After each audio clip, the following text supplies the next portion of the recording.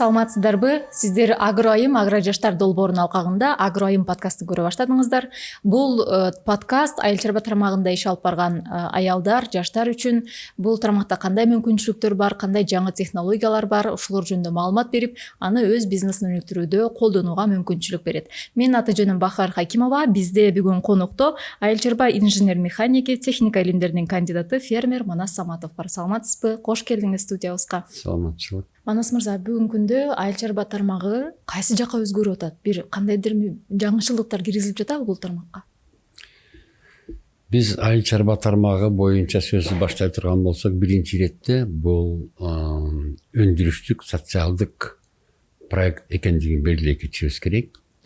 Агробизнес бул интеллектуалдык бизнес.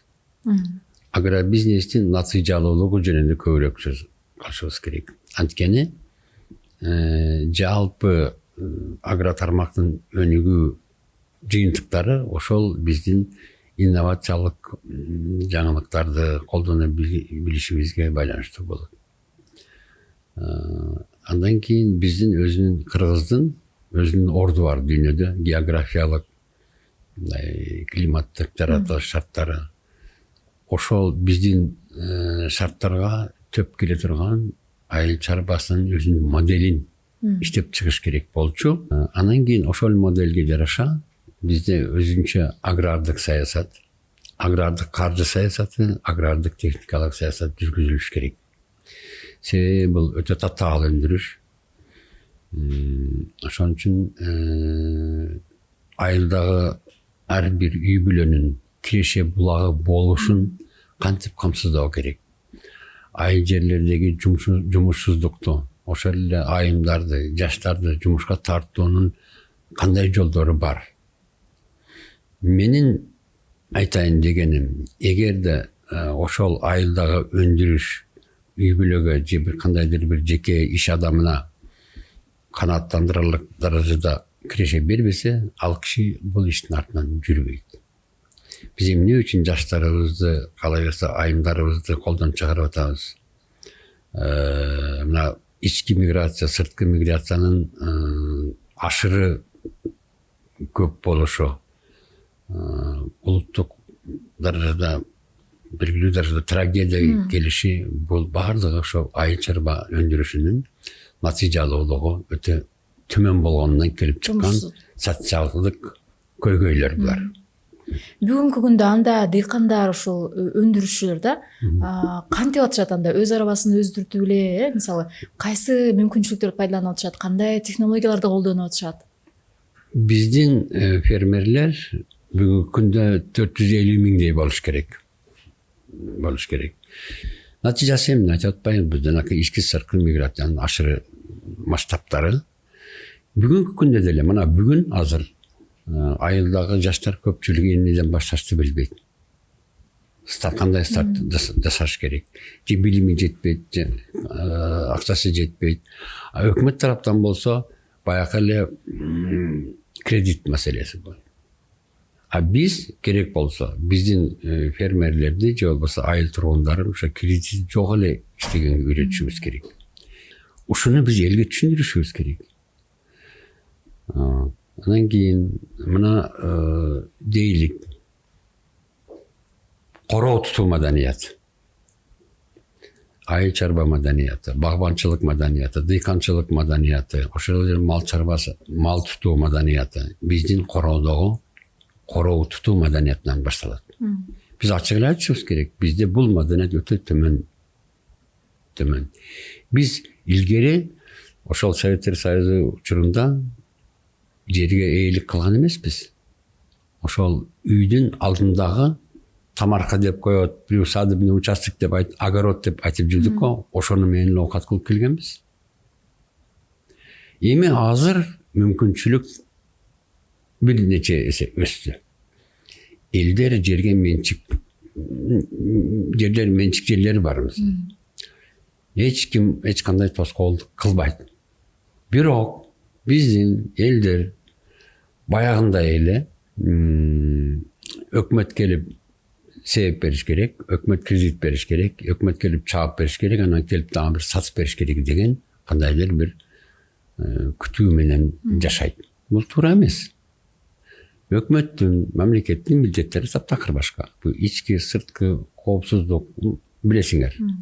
Ал эми ар бир жигит өзүнүн үй бүлөсүн өзү багыш керек. Болгондо дагы ар бир айыл тургуну, ар бир фермер салык төлөш керек. Себеби айылда деле жетим бар, жесир бар, майып бар. Бул илгертиден келе жаткан социалдык жүк. Илгери деле кыргыз эли буну көтөрүп келген. Бүгүн эмне үчүн башка бирөө көтөрүш керек? Ал жүктү ал биз көтөрүшүбүз керек. Бирок мына жерге болгон салыкты жоюп салышты.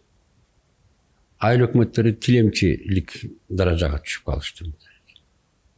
Бул мамлекеттүүлүктүн биринчи белгиси бул салык.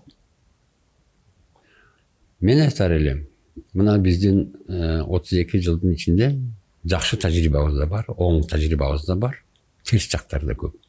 Оң тажрыйба деп мен айта кетет элем, жердин менчикке берилиши. Бирок бул чала реформа болуп калган. Аягына чыккан эмес. Баякы 25% мамлекеттин ыктыярында калган 25% жана баякы эле кыргызча таламайга түшүп, коррупциянын тамыры ошол жерде үзүлбөй келе жатат. Бериш керек. Мамлекеттин ыктыярында айыл чарба жерлери таптакыр болбош керек. Акырына чейин чыгарыш керек бул реформаны. Ошо башта көздө тутулгандай айыл жериндеги калган 25%-ти ошо аз камсыз болгон үй бүлөлөргө, жетимдерге кандайдыр бир жалпы адилеттүү бир формуланын негизинде бөлүп мамлекет мындан кутулуш керек. Болбосо коррупцияны айыл өкмөтүндө болуп атабы, министрликтин коридорунда жүрүп атабы, ким кандай айырмасы бар? Биз коррупцияны жоюшубуз керек. Анын үстүнө азыр жаңы технологиялардын заманы, тенденциялар, дүйнөлүк тенденциялар бат-баттан өзгөрүп туруп атат. Жаңыча бир ыкмалар чыгып атат. Биздин дыйкандар ошол мүмкүнчүлүктү канчалык пайдаланып калып атышат? Мына алдыңкы сурулуп чыккан фермерлер өтө алга кетишти, озуп кетишти. Биздин мамлекеттик машинанын курамында алдыңкы фермерлерге билими боюнча, аракети боюнча мындай жете билген мамлекеттик кызматкерлер жок. Биздин фермерлер дүйнөлүк алдыңкы көргөзмөлөргө катышып келе жатышат. Андан кийин биз 2007 жылдан бери талаа күнү деген мааракени өткөрүп келатабыз. Мен биринчи мааракени өткөргөм 2007 жылы жайылда. Германиядан алып келген техникаларды талаада иш жүзүндө иштетип көрүп көргөзгөнбүз. Бул дүйнөлүк салт. Айыл чарбасындагы инновациялык жаңылыктар, техникалык чечимдер, алдыңкы технологиялар ошо талаа күндөрүндө алып чыгып көрсөтүлөт. Мисалы, эмне технологиялар бар анда? Кайсын пайдаланып атышат? Жаңы көчөт, жаңы технология, жаңы техника, жаңы ыкмалар уюштуруудан баштап жанакындай бүт баардыгы кандай гана жаңылык болбосун бул талаа күндөрү көрсөтүлөт. Экинчи бир чоң мектеп бул көргөзмөлөр. Мисалы үчүн Ганноверде 2 жылда бир айыл чарба техникалары боюнча бүткүл дүйнөлүк эң чоң көргөзмөлөр өтөт. Мен көп кишилерди ээрчитип барып жүрдүм. Берлинде жыл сайын январь айында жашыл жума деген көргөзмө өткөрүлөт. Бул көргөзмөгө да мен биринчи болуп ээрчитип бардым кыргыздарды. Көп мындай көргөзмөлөрчү. Мисалы үчүн быйыл эле бир 12 киши болуп биз Измирдеги айыл чарба көргөзмөсүнө барып келдик.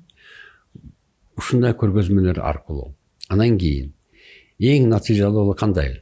Алдыңкы технологияларды трансформация кылып келиштин дагы өзүнүн технологиясы бар. Кандайдыр бир 2 кадам, 3 кадам алдыда жүргөн кишилер өзлөрү жасап көрсөтүш керек. Тилекке каршы биздин айыл чарба тармагыбызга көптөгөн пиарщиктер кирип алды. Айыл чарбасына таптакыр тиешеси жок, пиарщик өзүнү көрсөткүсү келген инсандар, адамдар көбөйүп кетти. Айыл чарба тармагында дайыма кесипкөй кишилер иштеш керек.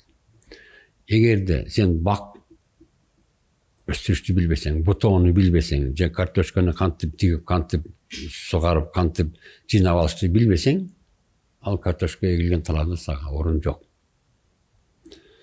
Ушундай бир белгилүү даражада өлкөдө башаламандык бар. Илгертеден кыргыздын сөзү бар. Миң кошчуга бир башчы депчи. Ошо жалпы координатор болмоюнча, кесипкөй координатор болмоюнча өлкөдө мындай башаламандык өкүм сүрө берет. Биздин айыл чарба, айылдык тургундардын көкүрөгү көтөрүлбөйт. Айылдын көкүрөгү көтөрүлмөйүнчө өлкөнүн да көкүрөгү көтөрүлбөйт. Бизде бүгүнкү кырдаал ушундай. Манас мырза, биз ушул айыл чарба тармагында бир мүмкүнчүлүктөр жөнүндө сөз кылып жатабыз да. Өзгөчө аялдарга, жаштарга жаңы иш кылам дегендер кандай мүмкүнчүлүктөр бар агро тармагында? Кичине бир көз чаптырып көрөлү. Айыл чарба өндүрүшү деген эмнеден турат? Дүйнө жүзүндө айыл чарба өндүрүшүндө ушу үй бүлөлүк фермерлик чарбалардын ишмердүүлүгү Популярдуу, жайылган. Бизде деле өлкөдө өндүрүлгөн айыл чарба продукциянын 97% үй бүлөлүк фермерлик чарбаларда өндүрүлөт. Бул 2/2/4 дегендей ачык нерсе да. Ачыкташыбыз керек, муну эл билиш керек. Эми үй бүлөдө билесиздер, илгертеден кадим замандан бери кандайдыр бир аял менен эркектин ортосундагы бир милдеттер бар. Эркек сыртка чыгып оокат таап келет. Аял киши үйдө. Бүгүнкү күндө бизде баягы короо тутуу маданияты деген сөздөн баштадык аңгемебизди. Ошол ар бир айылдагы үй бүлө бул мини өндүрүш. Туурабы? Короо тутуу маданияты. Мен пикирим боюнча 99% аял кишиге байланыштуу. Балдары менен алганда, жаштардын келечекке болгон көз карашы, эмгекке болгон көз карашы ошо айылда калыптанат дегендейчи. Ошол потенциал биздин баягы эле огороддун потенциалын башкасын айтпай эле коелу, үлүштөрдү айтпай эле коелу. Өтө чоң потенциал бар. Ошону өздөштүрө билсек, сонун болор эле. Бул жактан ошо аялдар өзү аң сезим менен билиш керек да, өзүнүн колунда кандай мүмкүнчүлүктөр бар экенин. Биз таман астыбыздагы рызкыны терип жешти билбей эле кээде жүрөбүз мисалы үчүн. Эгерде ошол өзүбүздүн тамарканы, үлүштү шунчалык таза кармап, кирген чыккан жерлерибиз таптаза болуп, бир жагынан гүл өсүп турса, бир жагынан алма, хурма, жүзүм, гилас өсүп турса, бул рызкы. Манас мырза, ушул буга чейин айтып кеттиңиз, инновациялык технологияларды биз колдонушубуз керек депчи. Карапайым бир дыйкан инновациялык технологиялар дегенде эмнени түшүнөт? Туура. Мына биз инновациялык деген сөздү колдонобуз, бирок чечмелей келгенде, мисалы үчүн сугат системасы. Бүтүн дүйнө басым сугат системасына өтүп болду. Басым сугат системасынын эки түрү бар негизги. Жамгыр сугат системасы, тамчы сугат системасы. Дагы жер асты сугат системасы да бар. Бизде суу тарчылыгы деп атабыз. Буну кандай чечсе болот? Биринчиден, ошо биздин ирригациялык системаны толук бойдон санариптештирип, ошо мөңгүдөн башталган суунун ар бир фермердин талаасына жеткенге чейинки суунун учету болуш керек. Буну санариптештирүү жолу менен гана ишке ашырыш мүмкүн. Бирок биз бул ишти айтып келе жатабыз, бирок аткарган киши жок. Өкмөт буга заказчик болуш керек. Анан кайсы бир менчик консалтинг компаниялар бул системаны, бул иштеп чыгып туруп, анан ишке ашырыш керек да. Мындай аракеттерди мен азырынча уга элекмин. Экинчи тараптан дейли биз багбанчылыкты айталык. Мына биз интенсив багбанчылыкка өтүп атабыз. Биздин эски бийик бойлуу бактарыбыз түшүмдүүлүгү жагынан, түшүмдү жыйноо, аны механизациялаштыруу жагынан карай келгенде таптакыр ыңгайсыз болуп, замандын талаптарына жооп бербей калды. Биз ошол Америкадан башталган интенсив багбанчылыкка өтүшүбүз керек. Жаңы көчөттөр, тамчы сугат системасы, аны бутоо жолдор, ыкмалары.